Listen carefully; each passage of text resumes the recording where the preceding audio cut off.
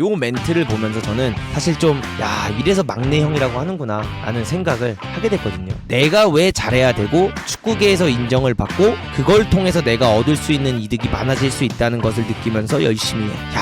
이거를 여러분들 어린 나이에 힘들다, 외롭다, 지친다, 나랑 말통하는 곳으로 돌아가고 싶다 이런 생각을 하는 게 아니라 내가 왜 잘해야 하면 내가 그리고 잘했을 때 나한테 오는 이득이 뭔지 그 이득이라는 건 뭐 예를 들어 돈이 될 수도 있고요, 그 다음에 명예가 될 수도 있고요, 본인이 이거 조금만 견뎌내면 앞에 더 큰 그림이 있다. 내가 지금 게임 조금 안 하면, 내가 지금 술 조금 덜 먹으면 내 앞에 앞으로 나에게 보여줄 수 있는 게 훨씬 많다. 게임을 하더라도 더 편한 의자에서 할 수 있고, 게임을 하더라도 더 좋은 장비로 할 수 있고, 그러니까 이런 큰 그림을 보면서 어렸을 때부터 했다라는 거잖아요.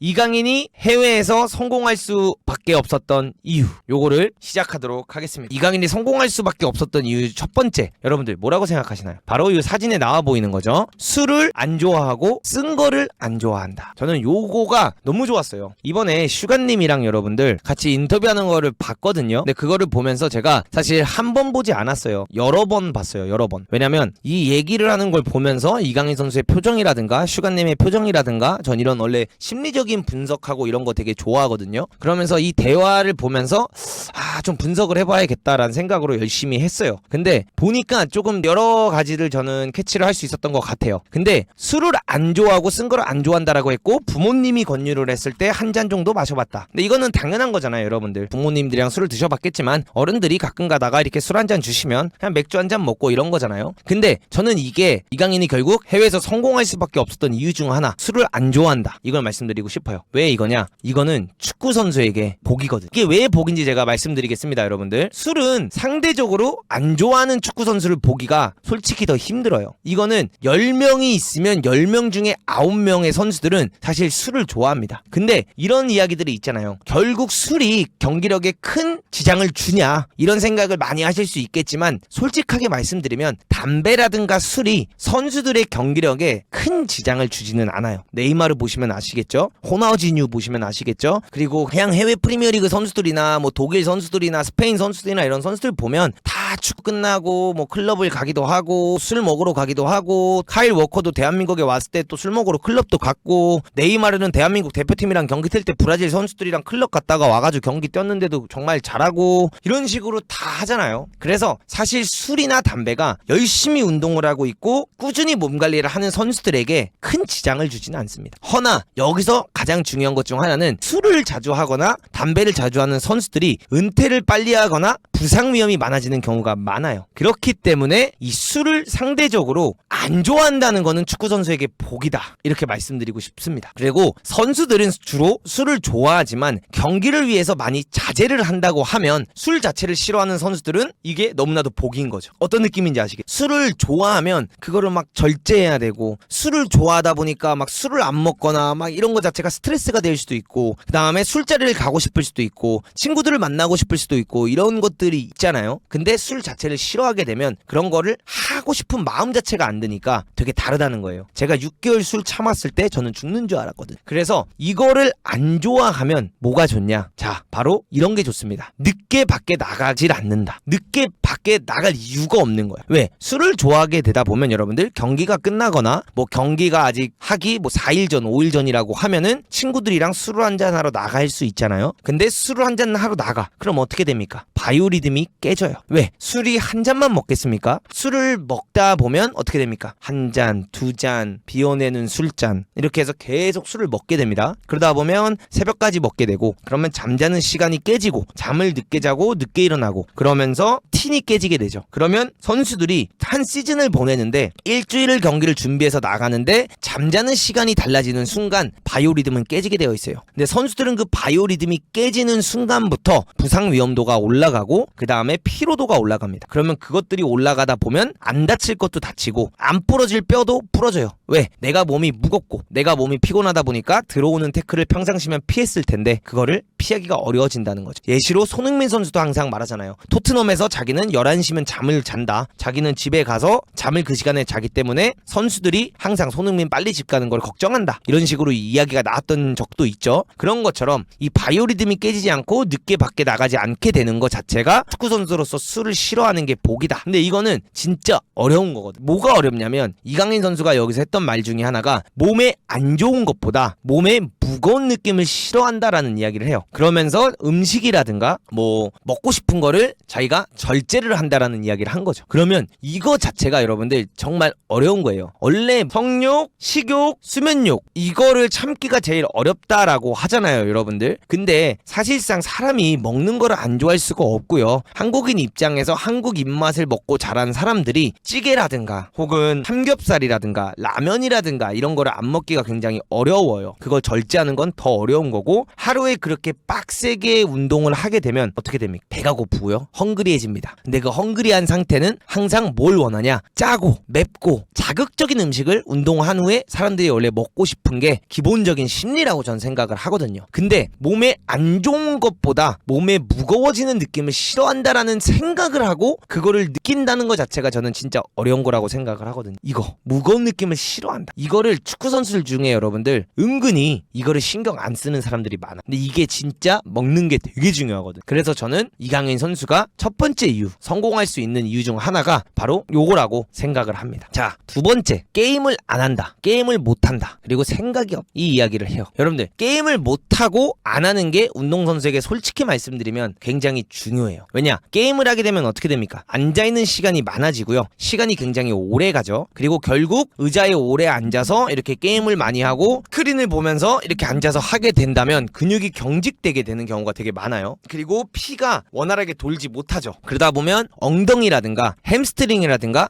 허리 같은 경우가 불균형이 생기고요. 타이트해지는 경우가 진짜 많아요. 그리고 가장 중요한 건 게임을 길게 하다 보면 사람이 절제력을 저는 잃게 된다라고 생각을 하거든요. 이게 어떤 거냐면 시간 가는 줄 모르게 되고 결국 부정적인 에너지를 많이 받게 되는 게 게임이에요. 왜? 게임을 하다 보면 어떻게 됩니까, 여러분들? 악플러들이 많아요. 게임하다가 그냥 한번 고백하고 싶은 거야. 사실 나 이강인이다 하면은 네가 이강인이면 나는 손흥민이다. 네가 이강이면 나는 음바페다. 이러면서 일단 공격이 와요. 그러면 쓸데없이 짜증나거든.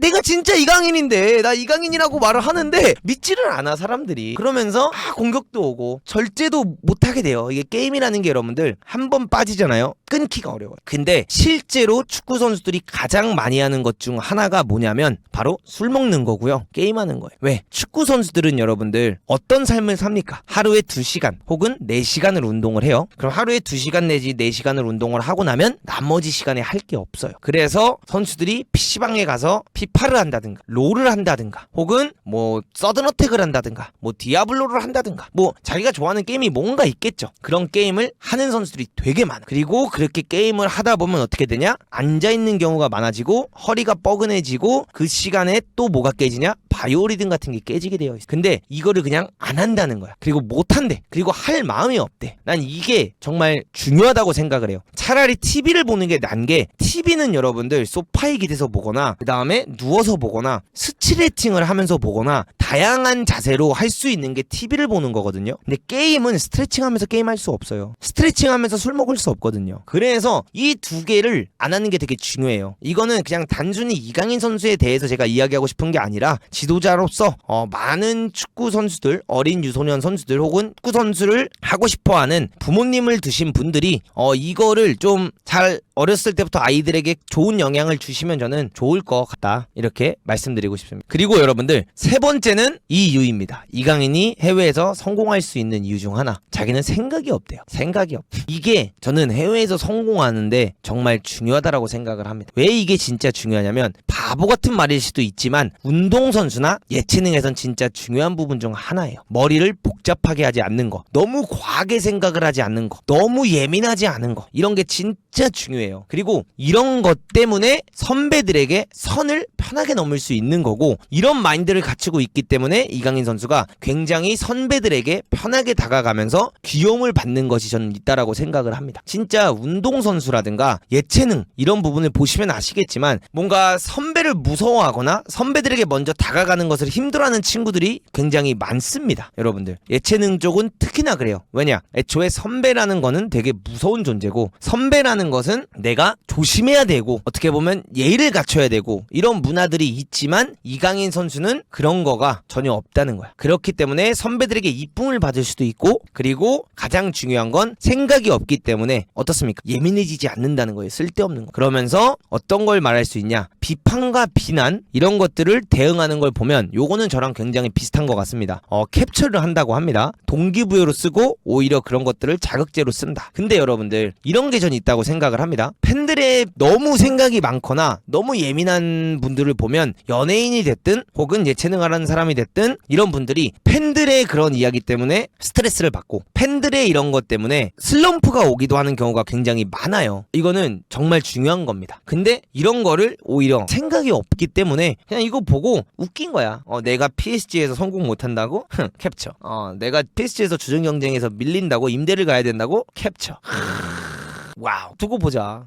내가 PSG에서 리강 트로피 들어올리는 거 두고 봐라. 이런 게 있다는 거야, 여러분. 이거 자체가 저는 굉장히 좋은 거라고 생각하고 자극제로 쓸 수 있는 성격을 가졌다라는 게 이강인 선수가 굉장히 좋은 거라고 생각을 해요. 그리고 이게 왜 중요하냐면 이강인 선수가 어렸을 때부터 해외에 나갔잖아요, 여러분들. 어렸을 때부터 해외에 나간 이강인 선수가 어쩔 수 없이 비판, 어쩔 수 없이 비난, 어쩔 수 없이 많은 관심과 인종차별 등을 어렸을 때 당했을 수밖에 없다라고 저는 생각을 합니다. 근데 저는 솔직히 그랬어요. 저는 원래 이런 성격이 아니라고 했잖아요, 여러분들. 저는 굉장히, 왜냐면 이강인 선수는 축구를 잘해서 해외를 나갔지만 저는 축구를 잘해서 해외를 나간 게 아니라 축구 자체를 애초에 못했고 축구를 어렸을 때 시작한 게 아니라 나이가 들면서 시작을 했기 때문에 처음에 해외를 나갔을 때 축구를 잘하는 사람이 아니었어요. 그리고 굉장히 내성적이었어요. 그러다 보니까 어떻게 됐냐, 외국 친구들이 와가지고 나한테는 웃자고 장난을 치는 거고 친해지려고 뭔가 날 놀리면서 장난을 치는 게 나한테는 굉장히 크게 와닿았고 나한테는 내가 더 축구를 잘할 수 없게끔 만드는 요소들이 됐고 그런 눈치라든가 이런 거를 볼 수밖에 없는 성향이 굉장히 셌거든요. 그러다 보면 선수들이 어떤 게 생기냐면 한국 가고 싶다.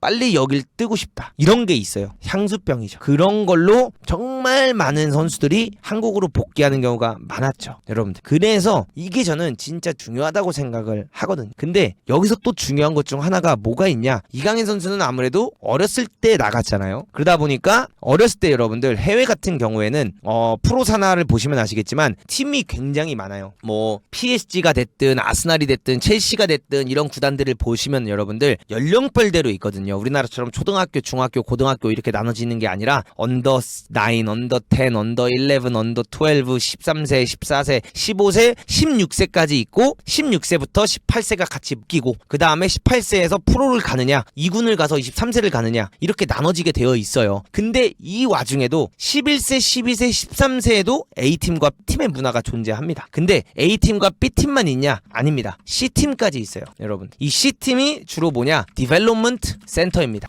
여기서 제가 여러분들에게 하나 말씀드리면 해외에서 첼시의 테스트 볼 수 있게 해준다, 해외에서 아스날의 테스트 볼 수 있게 해준다 하면서 부모님들한테 속이고 돈 받아가지고 데려가는 게 디벨롭먼트 센터예요. 이 디벨롭먼트 센터는 뭐냐? 돈만 내면 갈 수 있는 곳이에요. 돈만 내면 첼시 옷 입고 첼시 디벨롭먼트 센터 코치들이랑 운동할 수 있는 곳입니다. 그리고 B팀이 여기서 잘하는 애들이 들어가 있는 게 B팀이에요. 그리고 나서 B팀에서 잘하면 그 중에 한두 명이 A팀에 올라가는 겁니다. 이거는 그냥 축구 교실, 학원이라고 보시면 돼요. 근데 그거보다는 좀 높은 거긴 해요. 그거보다는. 그리고 여기는 여기서 잘하는 애들만 선택받아서 지역별로 있어요. 이 디벨롭먼트 센터가 이거는 다 지역별로 있지만 여기서 잘하면 여기로 이제 올라갈 수 있는 기회가 있어요. 제가 그래서 어렸을 때 15세 때 첼시 디벨롭먼트 센터 B팀에 제가 들어가 있었거든요. 15세 때. 그래가지고 여기서 제가 훈련을 하고 일주일에 2번씩 가면서 제 소속팀은 따로 있었고 제가 이 B팀 그 디벨롭먼트 센터에 다니면서 이제 첼시 A팀에 올라가기 위해서 굉장히 열심히 살았었죠.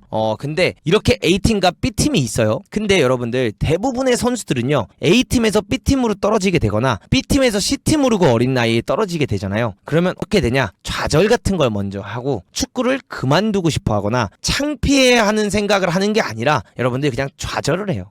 내가 이런 데서 떨어지다니, 나 이제 축구 못하는구나, 이런 생각을 하는데 이강인 선수는 이거를 어렸을 때부터 창피하면 안 된다, 이 떨어지는 게 너무 창피하다라는 생각을 하는 것 자체가 전 되게 이게 대단하다고 생각을 하거든요. 모르겠어요. 이거는 저와 공감을 하실지 공감을 못 하실지는 전 잘 모르겠어요. 근데 문도그라는 사람 입장에서 바라볼 때는 내가 여기에 있다가 내려가는 게 창피하다라고 생각할 수 있는 게 되게 쉽다고 생각은 안 하거든요. 대부분은 떨어지게 되면 스트레스를 받고 떨어지게 되는 걸 두려워하지, 난 떨어지면 진짜 창피해서 안 될 것 같다라고 생각을 하는 사람들은 많지는 않다라고 생각을 해요. 근데 저는 이 부분이 정말 어렸을 때부터 이런 사소한 거를 자세히 보면 생각이 또 되게 깊다는 거를 저는 되게 인터뷰를 통해서 좀 많이 느낄 수 있었다. 그리고 가장 중요한 것 중 하나는 뭐냐, 이런 걸 물어봅니다. 어렸을 때 해외에서 돌아오고 싶었던 적은 없냐라고 하니까 한국에 돌아오고 싶다는 생각은 해본 적이 없. 요게 저는 너무 좋다라고 생각을. 물론 어렸을 때 나간 장점이기도 해요. 주로 어린 선수들이 뭐 16세 때 나가거나 17세 때 나가거나 18세에 나가면 아무래도 한국에서 지낸 시간이 많고 청소년기를 한국에서 보내다 보니까 친구들도 한국이 많고 너무나도 이제 나이가 들어서 갔기 때문에 적응하기가 힘들어요. 근데 너무 어렸을 때 갔다 보니 이강인은 그 정서가 본인에게 너무 잘 맞은 거야. 그게 저는 너무 좋았던 것 같아요. 대부분은 그런 선택을 합니다. 본인이 예를 들어 발렌시아에서 나오는 상황이 왔잖아요. 이강인 선수가 발렌시아에서 나오는 상황이 됐을 때 솔직히 K리그를 대부분의 한국 선수들은 돌아왔을 거예요. 대부분의 한국 선수들은 자신들이 도전을 했다가 마요르카를 가게 되거나 본인들이 해외 구단에 도전을 했어. 근데 거기서 실패를 해. 그럼 대부분의 한국 선수들은 한국으로 빨리 복귀해서 K리그 가면 내 친구들도 많고 K리그 가면 나 어차피 주전으로 뛸 수 있고 내가 더 많은 기회를 받을 수 있으니 K리그를 가자라는 선택을 제일 먼저 하는 선수들이 진짜 많아요. 근데 이강인 선수는 애초에 한국에 돌아오고 싶다라는 생각 자체를 이 어렸을 때부터 안 해봤다. 이거 자체가 저는 무조건 해외에서 더 좋은 선수가 될 수 있는 이유라고 진짜 생각을 하거든. 그래서 힘든 적은 많다. 꿈을 그냥 생각을 하면서 최선을 다했다. 그리고 그 끝에 항상 하는 말이 생각이 많이 없었던 것 같아. 그래서 제가 여기서 말씀드리는 게 요거였어요. 세 번째, 생각이 없다. 이게 중요한 이유. 생각이 없는 게 제가 이제 바보같이 생각을 안 한다 이게 아니라 섬세해야 될 거, 자기가 신경 써야 될 거, 자기를 사랑하는 입장에서 신경 써야 되는 것만 예민하게 신경을 쓰고 그 외에는 생각이 없다는 진짜 축구 선수들에게 중요한 거고, 애초에 마요르카를 떠나게 됐을 때 이강인이 제일 먼저 했던 생각이 뭡니까? 캡처한 거예요.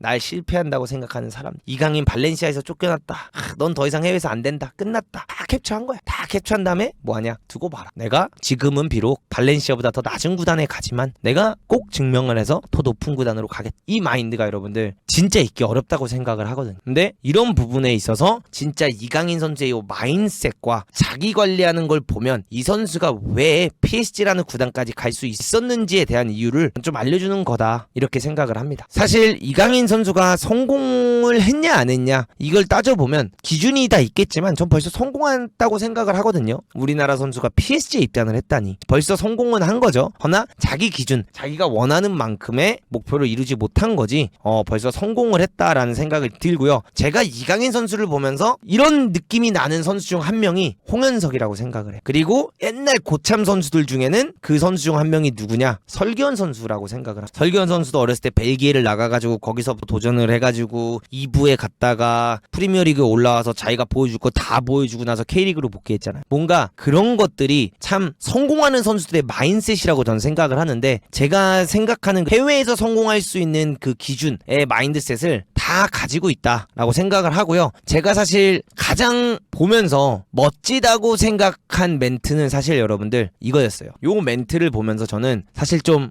이래서 막내 형이라고 하는구나 라는 생각을 하게 됐거든요. 내가 왜 잘해야 되고 축구계에서 인정을 받고 그걸 통해서 내가 얻을 수 있는 이득이 많아질 수 있다는 것을 느끼면서 열심히 이거를 여러분들 어린 나이에 힘들다, 외롭다, 지친다, 나랑 말통하는 곳으로 돌아가고 싶다, 나 여기서 잘 안 풀리는 것 같다, 이런 생각을 하는 게 아니라 내가 왜 잘해야 하면 내가 그리고 잘했을 때 나한테 오는 이득이 뭔지, 그 이득이라는 건 뭐 예를 들어 돈이 될 수도 있고요, 그 다음에 명예가 될 수도 있고요, 본인이 이거 조금만 견뎌내면 앞에 더 큰 그림이 있다. 내가 지금 게임 조금 안 하면, 내가 지금 술 조금 덜 먹으면 내 앞에 앞으로 나에게 놓여질 수 있는 게 훨씬 많다. 게임을 하더라도 더 편한 의자에서 할 수 있고, 게임을 하더라도 더 좋은 장비로 할 수 있고, 그러니까 이런 큰 그림을 보면서 어렸을 때부터 했다라는 거잖아요. 진짜 이게 내가 해외에서 축구를 똑같이 해봤고, 저도 어렸을 때부터 해외에서 축구를 했지만 이 마인드셋을 갖는 게 진짜 어렵거든요, 여러분들. 정말로요. 해외에 나가면 여러분들, 저도 해외에서 오래 축구를 했고 저는 그래도 나름 영국에서 좋은 구단에서 많이 경험을 해본 사람 중 한 명이라고 생각을 해요. 근데 제가 영국에 있으면서 수많은 한국에서 축구하겠다고 넘어오는 친구들을 너무 많이 봤어요. 그리고 그렇게 넘어오는 친구들을 제가 도와주기도 했고, 그 친구들이 사기를 당할 때 사기를 막아주기도 했고, 어린 나이에 제가 막 싸우기도 했고 그런 적 많았었거든요. 근데 이런 거를 보면 진짜 저는 과연 내가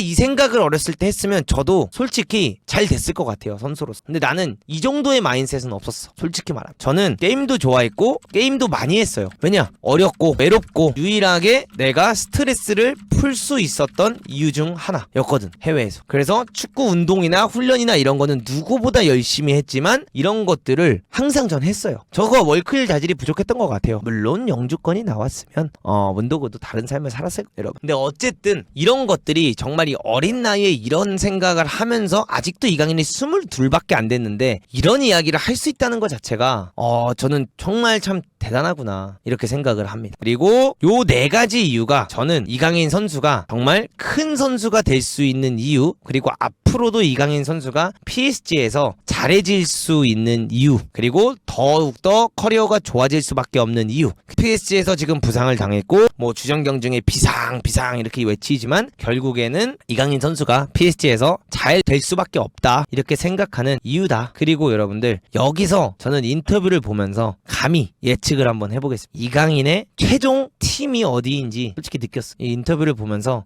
이강인이 바르셀로나가 아니었어. 할라 마드리 오피셜이. 이강인 선수는 PSG에서 잘해서 레알 마드리드를 갈 것 같다. AT 마드리드를 안 간 이유가 이거였던 것이기도 하다. 근데 여러분들, 가장 중요한 게 음단장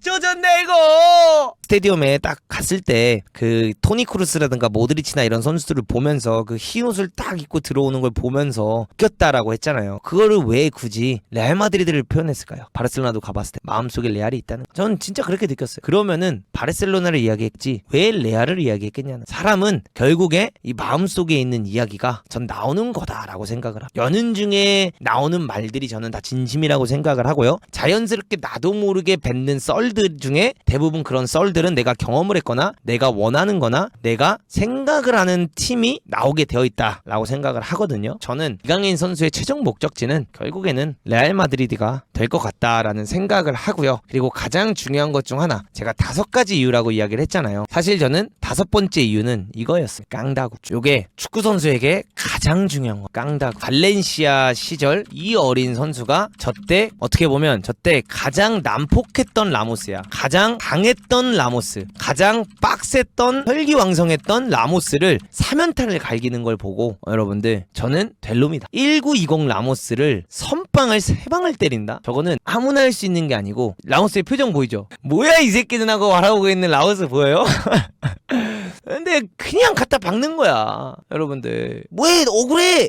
내가 뭘 잘못했는데? 하면서 이런 퇴장까지 결국 당했던 이강인 선수의 이 깡다구가 있기 때문에 저는 여러분들, 이강인 선수가 결국 해외에서 살아남을 수밖에 없는 이유고 해외에서 성공할 수밖에 없는 이유라고 생각을 합니다. 근데 나는 너무 좋은 것 중 하나가 뭐냐면, 사실 여러분들 이런 성격이라는 게 쉽게 바뀌지 않아요. 그래서 이강인이 마요르카에 처음 와서 뛸 때도 그렇고 지난 시즌 마요르카의 초창기도 자세히 보시면 알겠지만 쓸데없는 파울을 많이 해서 쓸데없는 카드를 많이 받았었어. 근데 여기서 정말 중요한 것 중 하나가 절제가 이게 생기고 있어. 이강인이 이런 부분에서 아직도 본인을 막 말도 안 되게 와서 담그면, 프리시즌 때도 보셔서 아시겠지만 그냥 가서 죽여버리거든요. 이강인 선수가 그냥 가서 박아버리고 가서 그냥 담궈버리는 경우가 굉장히 많아요. 마요르카 때도 그런 구강컵이나 이런 거 뛸 때 보면 마요르카에서도 그냥 가서 죽여버리는 장면 많이 나오잖아요. 근데 그거에 심지어 성격이야. 그거는 그 성격이 어디 가기가 어려운데 그 성격이 죽고 있어. 그 성격을 딱 해야 될 때와 안 해야 될 때를 정확히 알고 없어지고 있어. 그래서 저는 그런 것들이, 이강인 선수가 이런 장면들을 보면 왜